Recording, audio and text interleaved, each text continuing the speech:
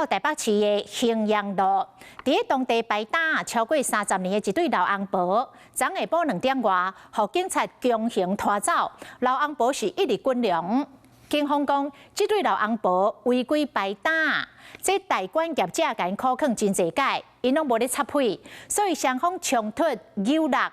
这个业者的镜头互对方扭着伤，这依照着伤害的现行犯，把这对老翁婆带到警察局做笔录。现在好好的哦，我们现在是跟你好好讲哦。走吧，我现在一线警办哈。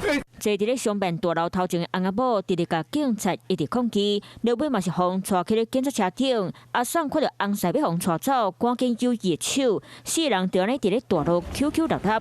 经过民众讲，看到这个画片，有叫惊到。打住了！你现在在扯我什么手？你为什么不放？你为什么不认识你，你走开！你要拿我东西干什么？凭什么拿我东西？你凭什么？全部都回派出所！我说的。时间往回看，翁仔某含一位查甫人伫咧抢红丝袜，两边伫咧街路冤家，警察才甲全部人带回去警察局。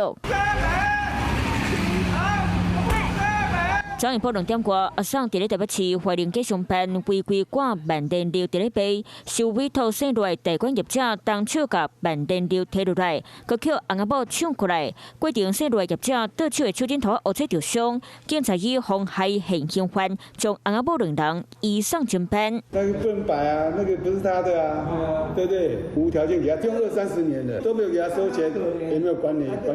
有啊，长官啊，他每次都来说啊，我不同情他。实际来到大楼，壁倒清脆当看到条瓦一空一空冒落架。